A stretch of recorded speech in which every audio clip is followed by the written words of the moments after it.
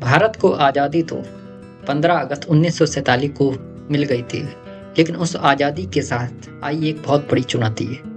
562 रियासतों में बटा हुआ यह देश अलग अलग राजा, नवाब और निजाम, और केंद्र में एक सपना, एकीकृत भारत का सपना। और इस सपने को साकार करने का बीड़ा उठाया एक व्यक्ति ने, सरदार वल्लभ भाई पटेल।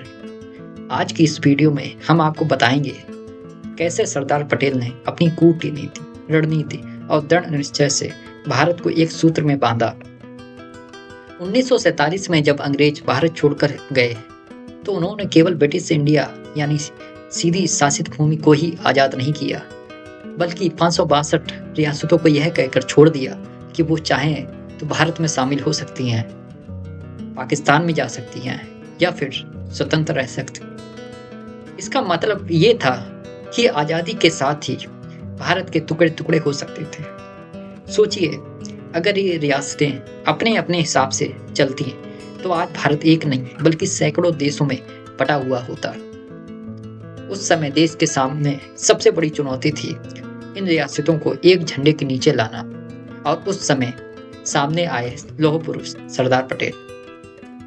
सरदार पटेल उस समय भारत के गृह मंत्री थे। उन्होंने ministry of states, government of India के जरिए एक बहुत ही सूझबूझ भरी रणनीति बनाई।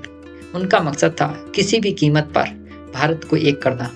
उन्होंने सबसे पहले इंस्ट्रूमेंट ऑफ एक्सेशन नामक एक दस्तावेज तैयार करवाया, जिस पर हस्ताक्षर करके रियासतें भारत में विलय कर सकती थीं।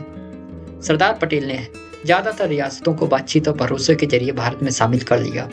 वो कहते थे, भारत की एकता किसी की दया पर नहीं, हमारी शक्ति पर निर्भर करती है।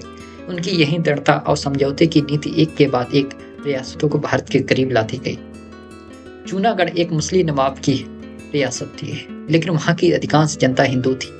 नवाब पाकिस्तान में शामिल होना चाहता था, लेकिन जनता भारत के साथ रहना चाहती थी। सरदार पटेल ने अपनी कूटनीतिक दबाव और फिर जनमत संग्रह करवाया, और परिणाम जनता ने भारत के पक्ष में वोट दिया।